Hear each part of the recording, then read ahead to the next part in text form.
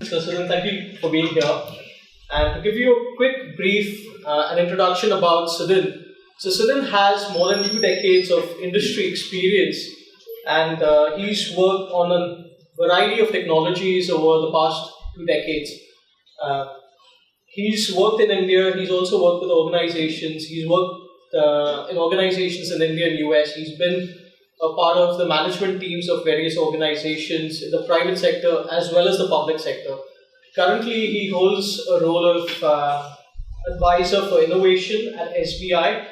And apart from that, in the past, he's also held management executive roles with GE, and then also has held a role of a vice president with Barclays. So, and right now he's a global speaker on different topics on innovation, future technologies, and strategy.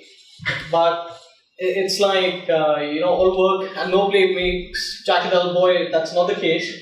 So, Sudin is an avid golfer. He's also a Western music singer, and he has a lot of different activities that he's involved with. So, what I'd like to do is definitely, there's a lot more I can share about Sudin, but I'd like Sudin to kind of share a little about himself. Sure. So, I've been in the IT space for more than 2 decades, and most of it in the BFSI, most of it again across a wide range of technologies. I've probably worked on more than 70 plus technologies and platforms, right from mainframe to distributed to now a lot of the emerging tech that we're seeing today. Most of it again has been in the BFSI, and some of the current work with SBI and other banks has been to build up the innovation ecosystem platforms, as well as try to adopt emerging tech like blockchain, AI, robotic process automation into our IoT. So that's about me. In fact, in Pune itself, I've also been mentoring a few startups, as well as working with a lot of our banking partners, IT partners like Intel, Microsoft, HPE, and a few others. Great. So, I'm a big fan of those books, Dummies for, or Something for Dummies, right? Which simplifies a lot of different concepts and methodologies for people that are new to that kind of a technology or that area. So, what would you like to tell us? What is blockchain in simplified terms? So there are a bazillion views about blockchain, and every day there's still another billion views added to it. In my view, so just coming back to the earlier discussion and to the earlier speaker, so I would say that things like Bitcoin and cryptocurrency is blockchain, okay? But blockchain is not Bitcoin and cryptocurrency, okay? Blockchain, once you add the dimension of DLT or distributed ledger technology and a few other things, it's not Bitcoin or cryptocurrency. So that's very important to know. In simple terms, the underlying technologies behind blockchain are not new. So we've had hash functions, we've had cryptographic services, we've had proof of work. These are all 70s, 80s technologies. It's not new. But what is new is that when you add the dimension of DLT or distributed ledger technology, that is new, okay? And that is the reason why especially banks have a vested interest in taking blockchain ahead. So, blockchain is a secured distributed database, but a little different than a database, in that once you build up the nodes and build up the transactions on that blockchain network, whatever transaction that gets added to that network cannot be deleted.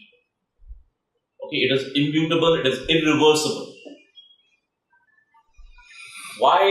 How it applies simply for banking is that I don't know how many of you all have been reading the present news or present headlines, but you can all see all the different fraud happening and all huge NPA mess and a whole lot of other stuff happening, right?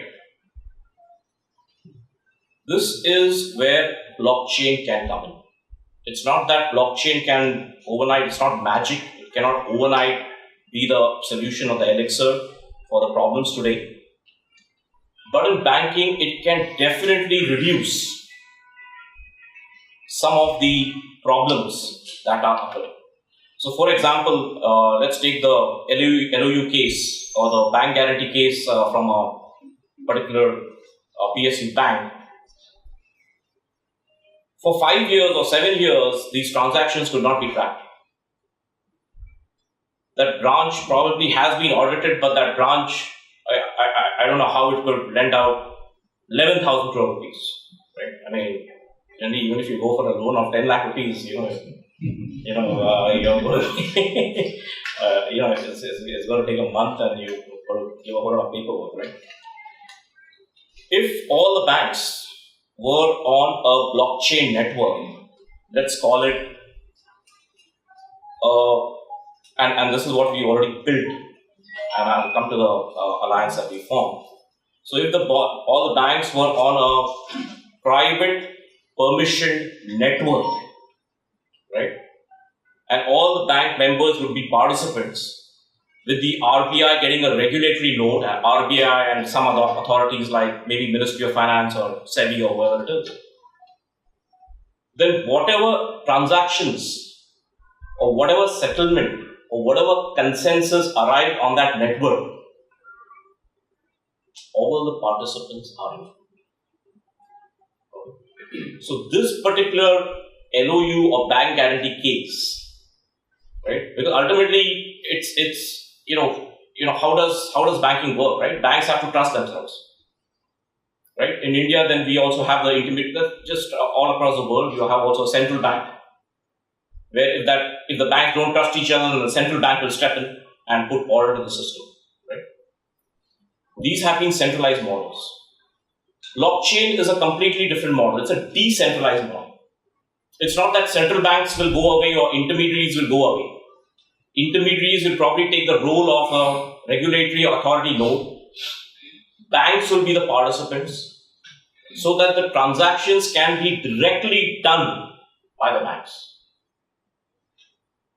And this is on the premise that why would SBI not trust ICICI Bank, or why would ICICI Bank not trust Corp, or Bank of Baroda? Right? So the adoption or the interest of banks in blockchain, and banks have been the pioneers in terms of either pilots or alliances or consortiums, right? Because by 2030 it is predicted that a majority of the financial services in the world will be fintech and blockchain based. So it's not that your core annuity, like we've got our core banking system that's been benchmarked to 2 billion transactions a day. It does something like 24,000 transactions per second, right? That's for our 450 million plus customers and 550 million plus accounts, right? Huge, massive, right? It's not going to go away. But in a bimodal way, all the emerging tech, so you have the run system, which runs perfectly, no issues with that. I'm sure all of you all are using State Bank, right? And other banks, right? I don't see any problem with that. But what is going to sunrise is technologies like blockchain, completely decentralized, no intermediary. You can't reverse those transactions. So the bank which has done all these transactions, tomorrow just can't come and say, I haven't done this, I haven't issued a LOU, right?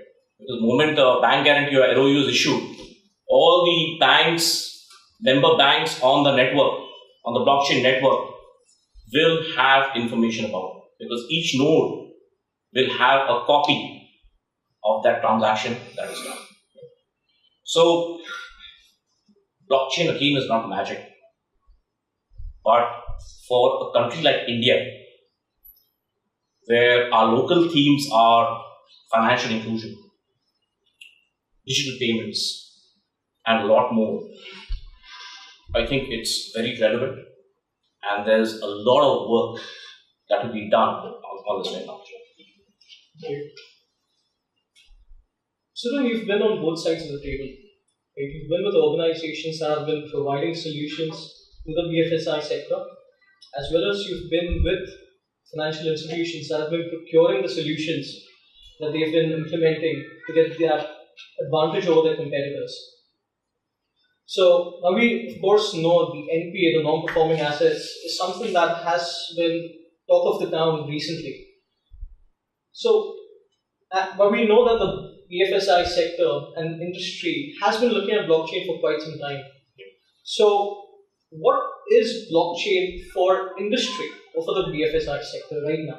Yeah, good question. So when I joined the bank in 2016 and even last year, I must confess a lot of the use cases for the BFSI were either internally driven, right, or probably we used to just look up our peers or just Google what the other banks are doing or what somebody else is doing, right. But from the start of this year, there is a huge trend towards more business-based use case and outcomes. Our stakeholders also, we had a chat with our stakeholders and they said, look, we are a commercial organization. So I know it's good to research and do a lot of pilots, but ultimately we need to come out with a business solution so that it can benefit the bank, our customers, and the country, right? And probably the world. So we did a lot of pilots on eKYC. We did a lot of pilots on document verification, on smart contracts. In fact, smart contracts is something we took last year into production on the cloud. So smart contracts, the NDA sometimes we sign with startups. For example, it's a very manual process. We print out the form and the startup prints out the form and then we sign it and scan it and email it and then take another printout of that and then log that file somewhere and hopefully we know where we have logged it. But in smart contracts, it's just instant. It's completely digitized. It's a digital signature which gets verified and authenticated. Of course, we have to just get a few approvals from our legal side of it, which we should get, right? So some of the business-driven use cases that we are driving this year, and hopefully, and we formed so last year we formed a forum or alliance of banks called Bankchain. This is probably one of the more successful alliances for blockchain, and very happy to share that this is a Make in India alliance on collaboration for blockchain between banks. So this is how we did it. We called the banks for lunch. We have a special VIP lunch in our global headquarters, IT headquarters in New Bombay in CBD Belapur. So we called them for lunch and we said, let's shed our ecosystem, right? Banks are, typically, arrogant and a lot of egos, right? So let's shed our ecosystem and let's work in our ecosystem. We also said that, although we are the largest lender and a top 40 global bank, we also said that no bank is big or small. Everybody's equal. So let's come together. Blockchain is a technology that you cannot run in isolation. You cannot, make some fabrics and tie it up with some DLT and some AI and say, this is the magic I've created. You have to work it. You have to collaborate with other banks. Otherwise, it's just not going to work out. So we got Bank of Baroda, we got ICICI Bank, we got Axis. Recently, Bank of Maharashtra has joined. We've got now more than 30 plus banks, 23 plus Indian banks, and 7 Middle Eastern banks, including a major bank like NBD, Emirates, and also Dhofar Bank. I believe that's Oman or Saudi. Wherein from we launched this last year on Feb 8th. And we have evaluated, there's a lot of groundwork we did. We evaluated something like 17 blockchain fabrics. Okay. We have done 10 pilots. We met every month. at different locations. So first, of course, we started off with State Bank, then we had the next meeting at ICICI, then we had at BOB, we had at DCB, so that everybody could get involved. And we also pooled the technology resources. So, for example, if some of the banks had technologists who probably knew more about blockchain and fabrics, we could work with them. We also lent our own community IP, right? So that with a view that whatever we build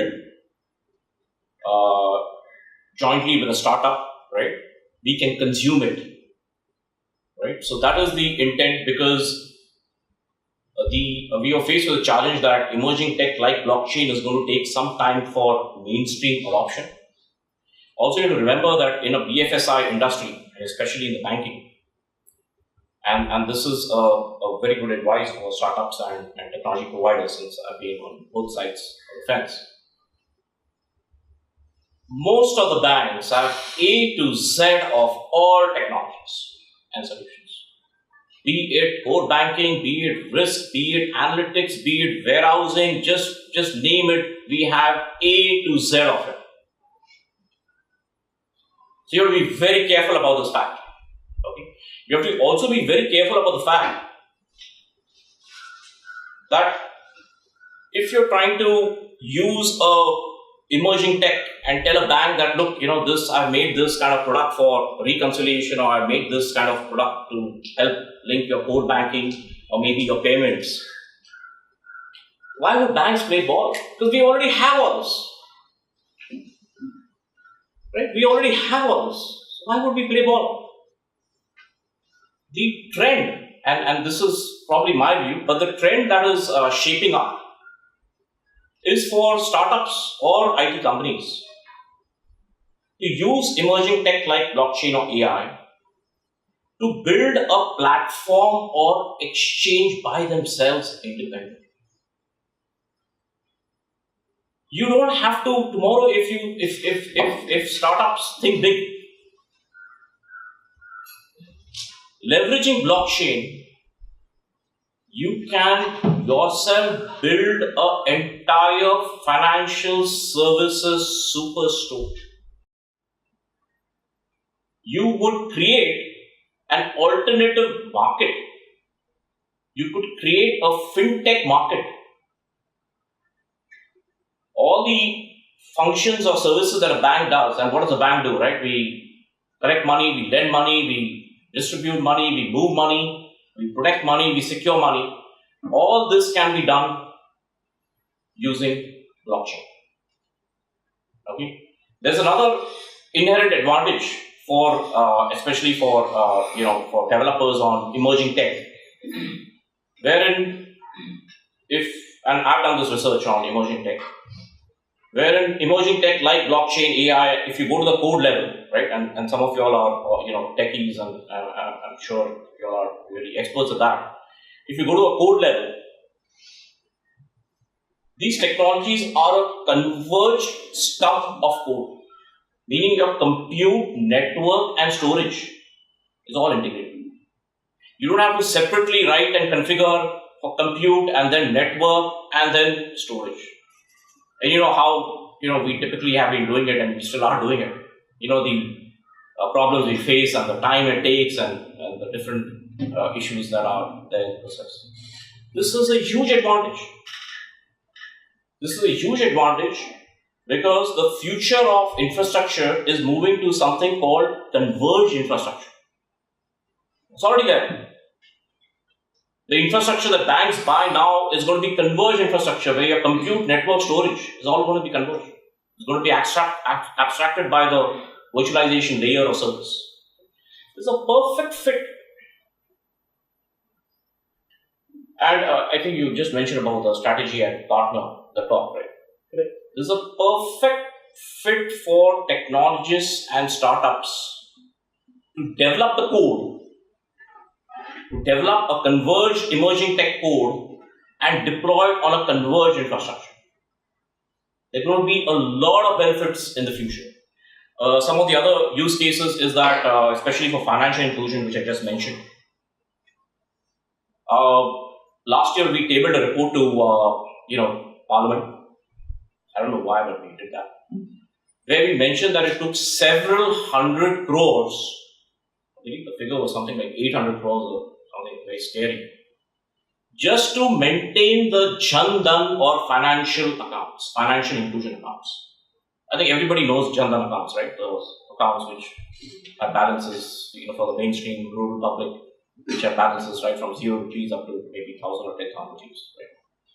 Right? My personal view would have been to probably just give that 800 crores to the money who actually require, to the people who actually require, than to spend all that money on just maintaining it. Right?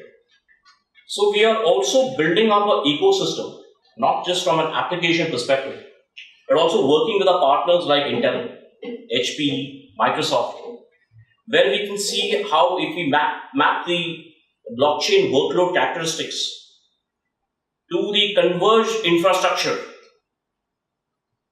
throughput, output, then we can look at ways of reducing the cost. So we are already talking to Intel. Intel is one of our Bankchain very active members. And with this, we could also influence the future design of chips and data centers. This is huge. So it's not just that we are doing some apps or some putting some platforms or doing something. We are taking the entire ecosystem. It's end to end. And this, with great pride, I can say we're doing this in India. Because if we are going to spend so much money, and this is costly, I mean, if State Bank is itself, the largest bank is going to spend so much money, you can be rest assured the other public sector banks and private banks also have a huge number of financial inclusion accounts. Why don't we just simply put up a converged infrastructure? Right? Have one platform for financial inclusion, so that the thousands of crores you're spending just to operate those accounts and maintain those accounts can be done at probably 1/10 of cost. So, blockchain is not a magic where overnight you're going to see some, applications or, some results. It will happen. It will take time. But if you think at the entire overall, just like cloud, right? Cloud started in 2004 and became at the peak of the Gartner cycle in, approximately 2012, 2013. And see today how mainstream cloud has become, whether it's public cloud or private cloud. This was because the entire ecosystem for cloud was developed, whether it is provisioning or orchestration or conversions or virtualization. That is the same thing we want to do with blockchain. And I think if we do this, it will be a very good way for an emerging country like India to leverage emerging technology and probably to be the technology leader in this field. That's great. You just mentioned, the talk on emerging technology and software development at the Gartner thing you were invited at.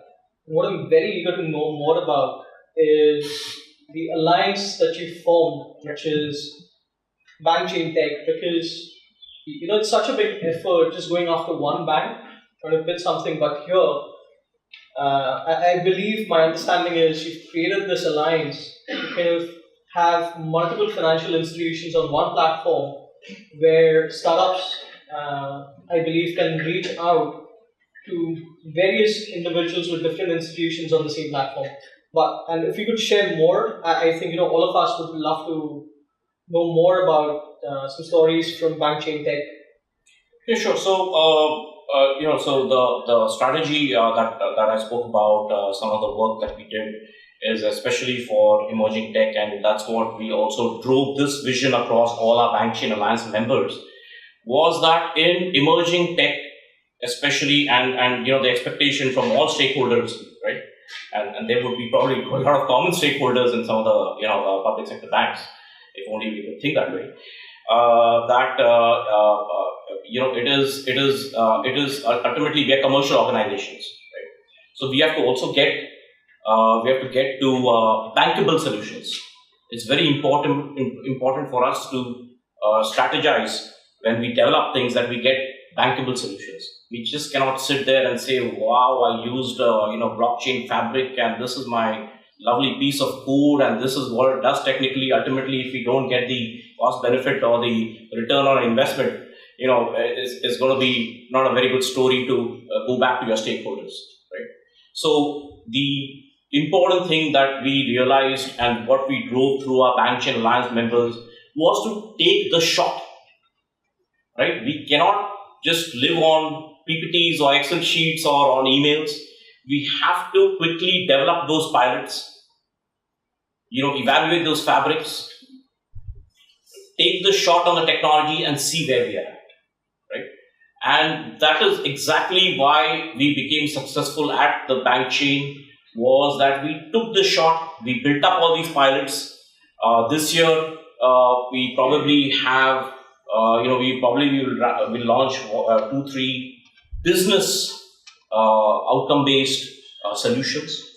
And now, since we have the experience and expertise of how to, in an agile manner, develop the solutions for blockchain, we are way better off. Some of the innovations that we did last year, and also we've also shared this through a community IP through Bankchain, is that we launched 3-4 hackathons last year.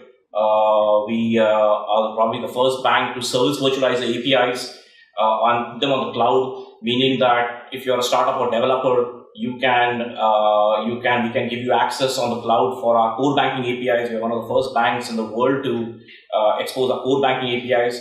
We're one of the first banks in the world to service virtualize the APIs. For our second hackathon, D for B, Digitize for Bank, we went one step further.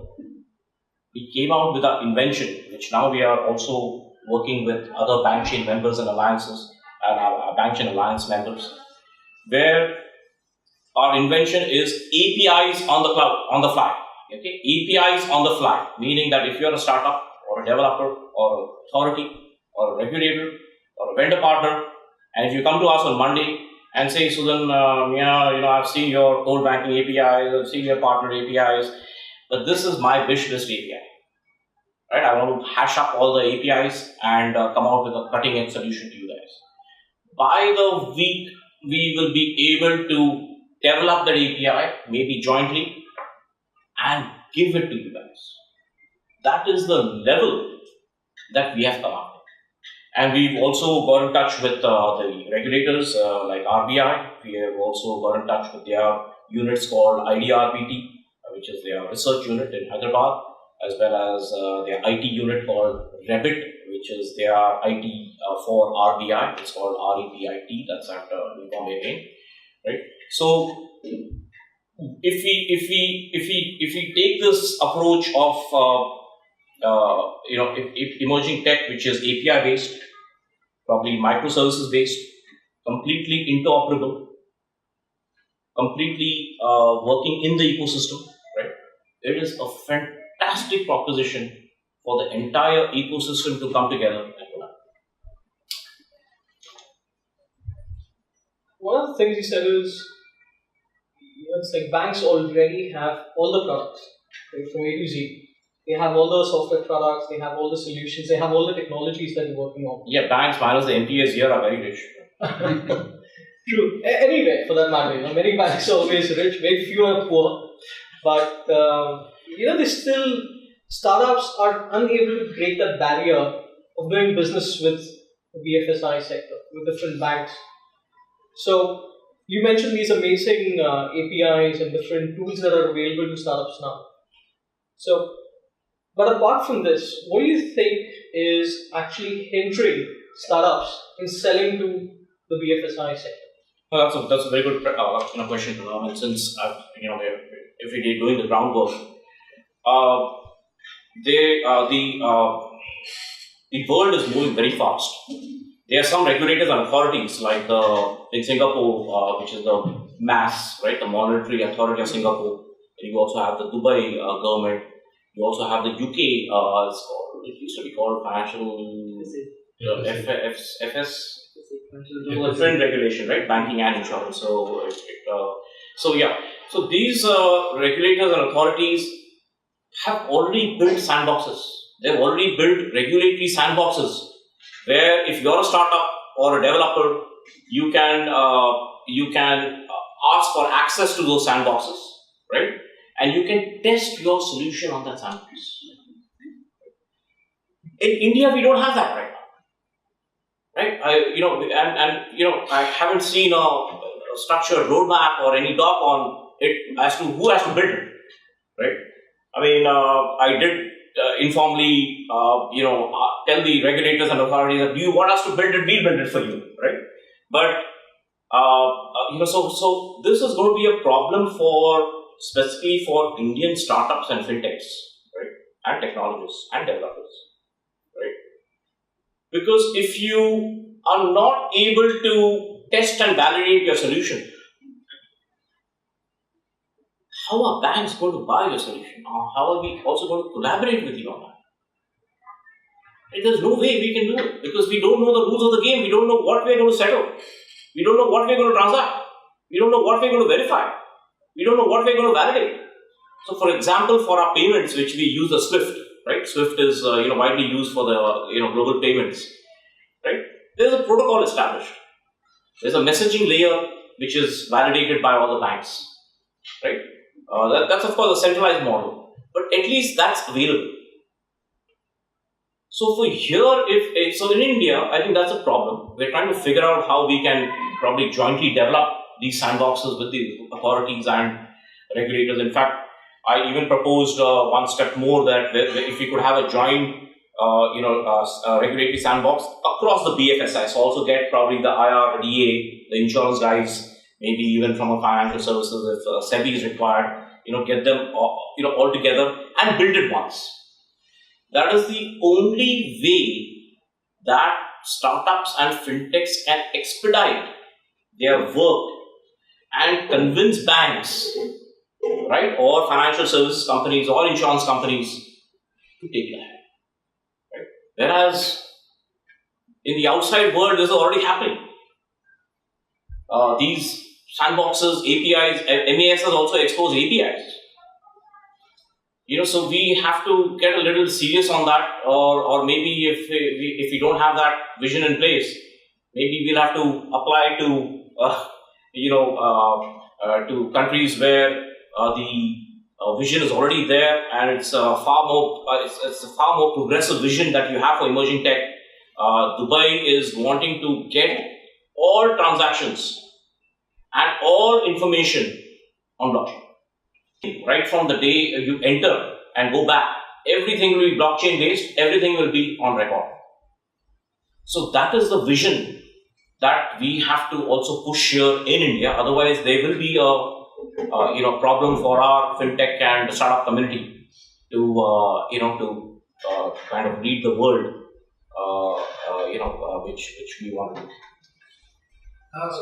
So I believe. We will take questions after this. Regarding the regulatory sandbox, one of the internal reports of RBI has suggested a regulatory sandbox. Yeah, in fact, we jointly wrote a white paper with IDRBT, which was presented to RBI, that was in 2016.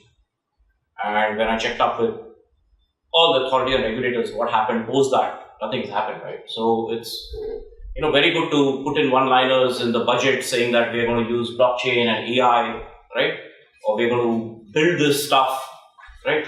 But ultimately, you have to do it. You have to take the shot. Yeah. If you don't take the shot, and there's nothing I can do about it. There's nothing even banks can do about it. I mean, yes, banks can, definitely. It's not that banks will not buy your solutions or they will not, partner with you guys. But this is definitely a big barrier. And that's something that was coming to, it's regulation by government, right?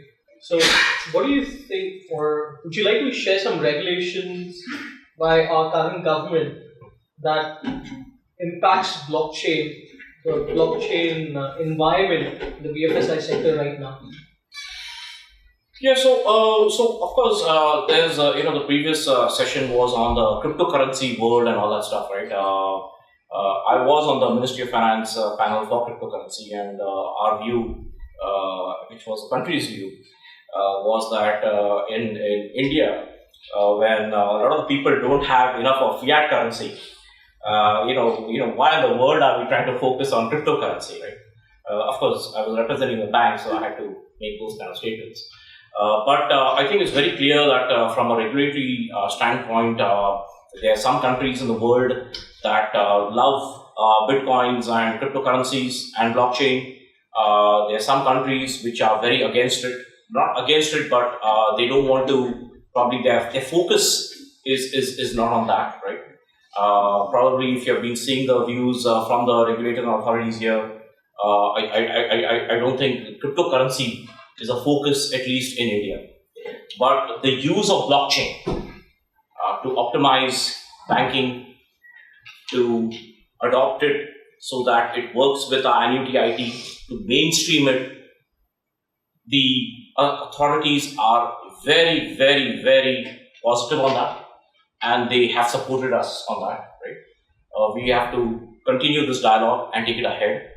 We also worked with state authorities, so we've also built up a blockchain use case repository for the AP FinTech Valley, which is promoted by the AP government, and the CM there, Mr. Naidu, has been very proactive on blockchain, because they also look at, when you look at we being a leader in IT services, we have to also, give the support to emerging tech, because otherwise those jobs will simply, go away. We will not have those jobs, and everything is going to be, emerging tech based in IT, right? The other factor is, there have been questions like, will blockchain take my job away, or will AI take my job away? I think my view is that there are 100 times more opportunities in emerging tech than in annuity tech. Right? But you have to obviously take the shot and deploy it and develop all these solutions. Regulation is one thing, Yeah. right? But implementation and a successful rollout is completely a different story altogether.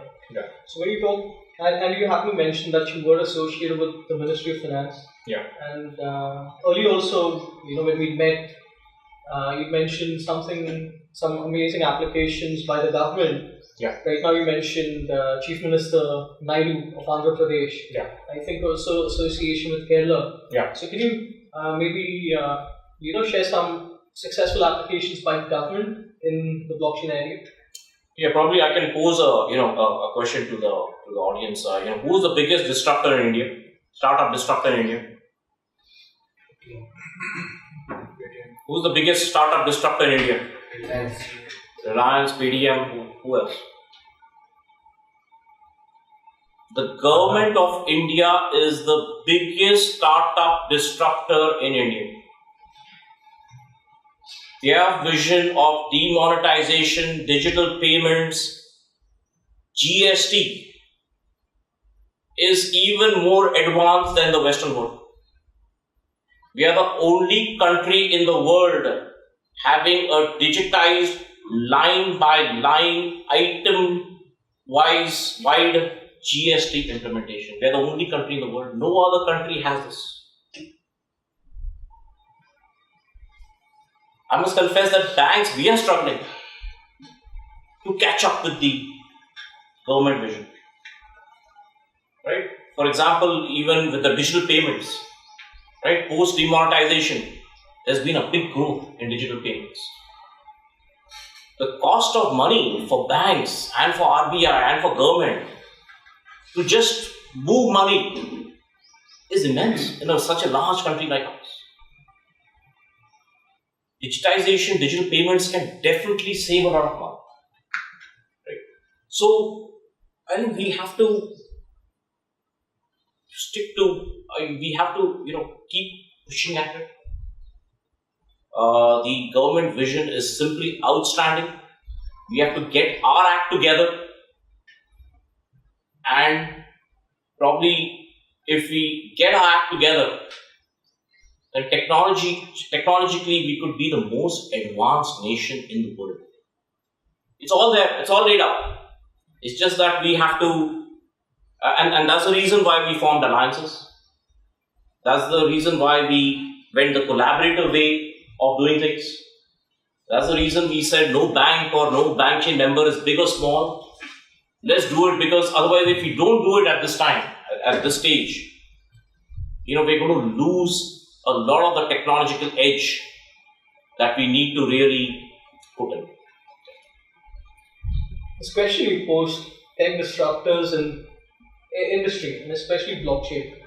Any acquisitions of blockchain-related companies that comes to mind, or any acquisitions or mergers that you think have caught the BFSI sector's attention? So, again, when you talk about fintech collaboration, so basically, I don't think it's just that banks will go and acquire, BFSI will go and acquire companies and startups and say, the innovation is done and collaboration is done, right? Because that cuts off your own internal innovation engine, right? A lot of the banks have their own captive technologists, right? What work are they going to do, right? Even they need to be at the cutting edge of technology. It's our job to also raise the technical vitality of our technologists in the banks, right? So I think it's going to be more than a M&A. I see it more like a collaborative way of doing things, right? You have to also understand that what fintech and blockchain bring to the table is completely disruptive than what we have been seeing as a centralized model. This is a completely decentralized model.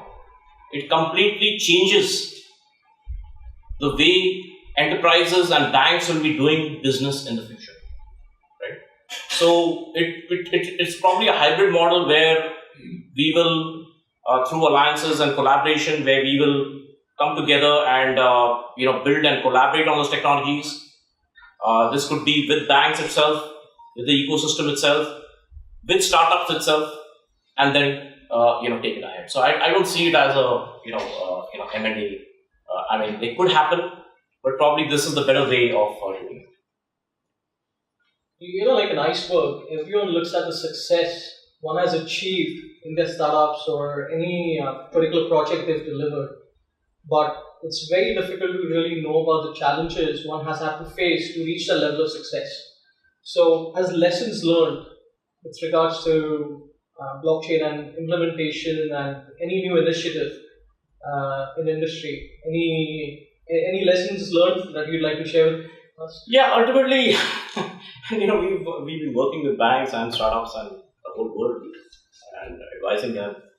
I think some of the lessons learned is that ultimately, we have to look at outcomes and results from a monetary view, right? We can all say that, technology has worked right from the 60s, from the days of the mainframes. In fact, mainframe technology are still being used, for airline ticketing and all that stuff, right? So we have to be overcome that.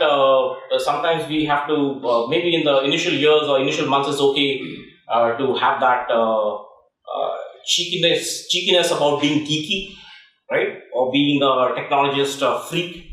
But after a little time, you have to realize that ultimately it is the results will be based on the financial success.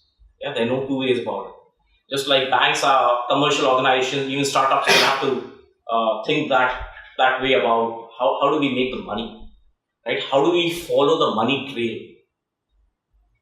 How will we come to that money around, right? Because unless you do that, a lot of the startups will not be having the fuel or resources to sustain themselves, right? So you have to, of course, embrace the technology. You have to be passionate about it, which is why startups are successful, right? But at the same time, you have to build that graph as to, when are you going to see the outcomes? When are you going to see the business outcomes? And when are you going to make money, right? The advice I can give to startups and fintechs is that don't think small, think big. Right? It's taken us 211 years. We are a 211-year-old organization, State Bank.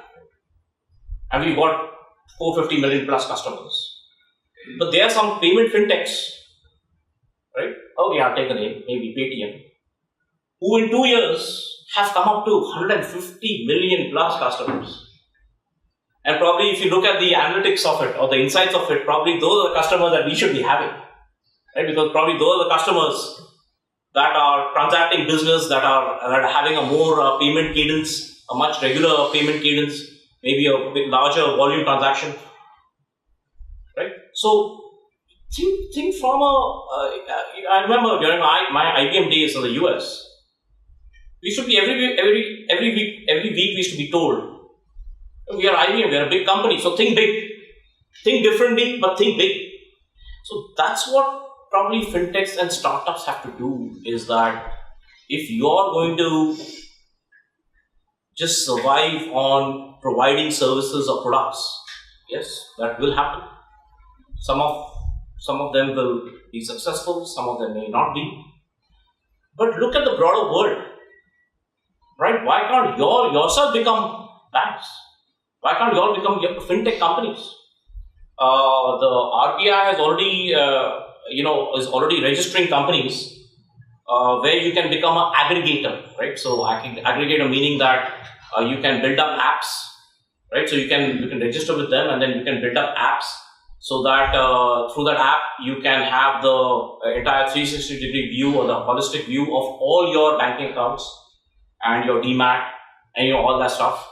So they are also trying to push it in a certain way so that the fintechs can also, start delivering financial services or information services to the community, so that to some aspect at least, fintechs can themselves look at becoming payment banks or becoming information banks, so that they can sustain themselves and take it ahead.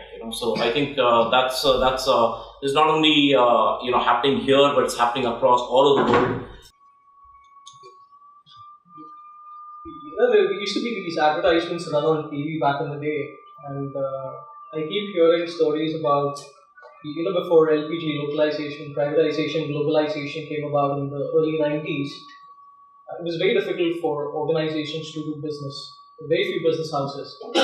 And one of the stories that was told is about Bajaj.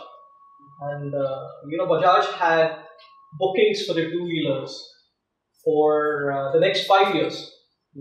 And during one interview, Rahul Bajaj had said, we will never, ever advertise.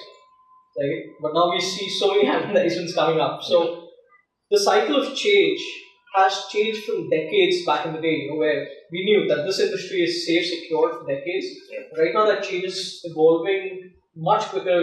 5 years, 10 years. It's very difficult to really say what can happen within the next 5 years. So, in that context, what do you think is the future of blockchain? So, I think this is what the current age where we are living in is one of the greatest age for technologists like us to really make a mark. Okay. Things like blockchain AI. I mean, if you again, I spoke to you about the recent headlines, right? If you leverage technologies like blockchain, you can come to a stage where just like cars are driving themselves, they'll drive themselves in probably 5 or 10 years, right? And that's already happening. Minus a few crashes here and there, and some loss of life. Sorry about that.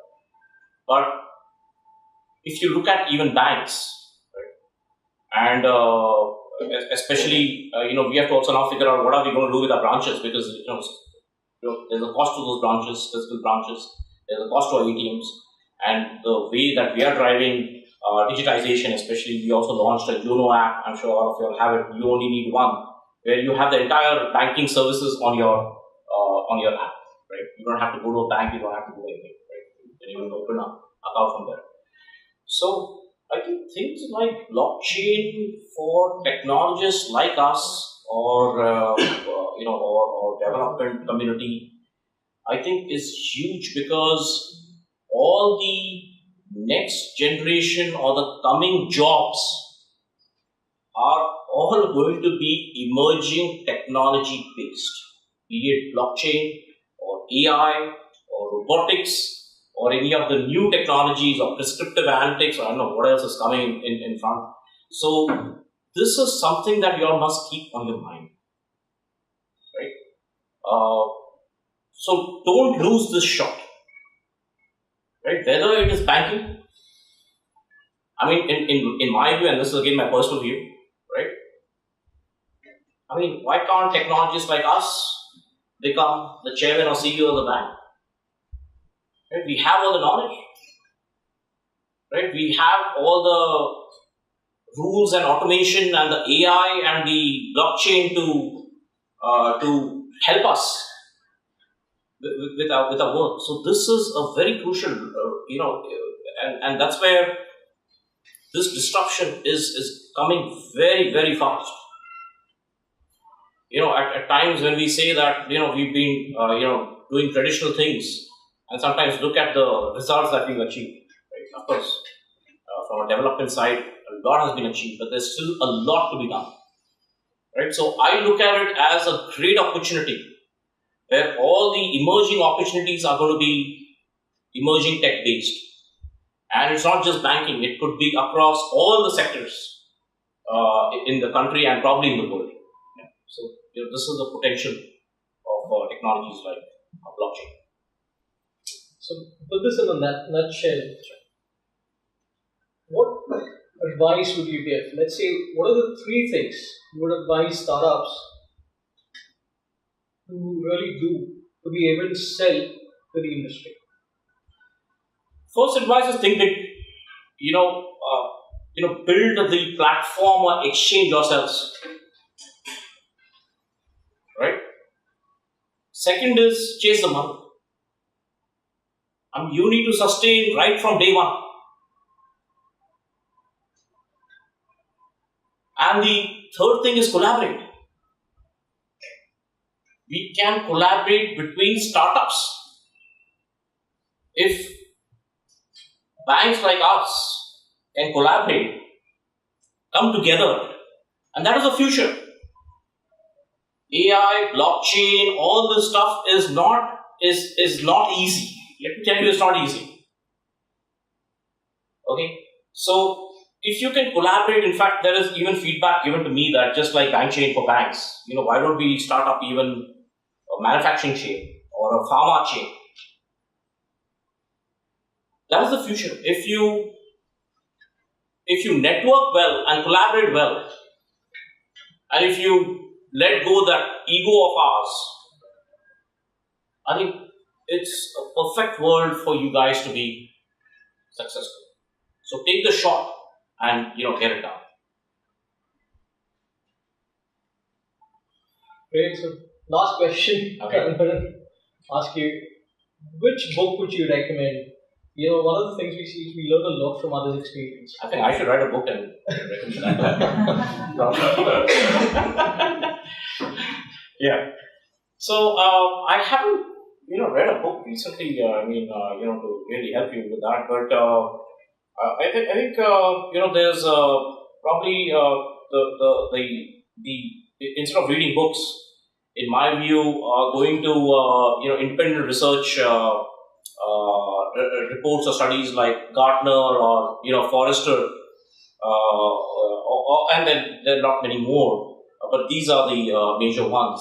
I think would be a better insight for you all to get at, because we need to, as technologists, mostly as technologists, to understand what are hype cycles, what are disruption cycles. What is the event horizon? What is going to come 5 years? What is going to come 10 years? Right? What are the how are customers behaving? What are their preferences? For example, I just read that Amazon just simply profiles the channels and the customer patterns, and that's it. That's their main source of data. For what they do, right? And we all know, they are, very successful. I mean, even there are other companies which are successful, but, they're one of the successes, right? So I think probably getting to know what is happening. I know that some of you all are, cryptocurrency freaks, and probably you all would just want to know what's happening on the cryptocurrency world. But there's a lot more beyond that, right? Blockchain technology, like blockchain, are a lot more beyond that. I just spoke about the converged stuff of code, the converged infrastructure. So this is probably what we need to understand, and this can only come from independent research organizations. There's also a lot of material thrown out by major companies like probably Intel or Microsoft or HP or even IBM or Accenture's. There's a lot of also stuff given by the big four like EY or KPMG and Pricewaterhouse or Deloitte or Bain or McKinsey or whoever it is. So I think that probably would be a better choice rather than to just read a book, or unless I write a book and then we can have a launch of that book out here. Great, thank you. So I have a lot more questions, but I believe our audience has a lot of questions of their own, which we'd like to Seriously, okay. really. I don't know what I've spoken on. So So before we get that, thank you so much, Sudin, for joining us, and really giving us some amazing insight into what blockchain really is for industry. And thank you again so much for your time. Thank you. Thank you.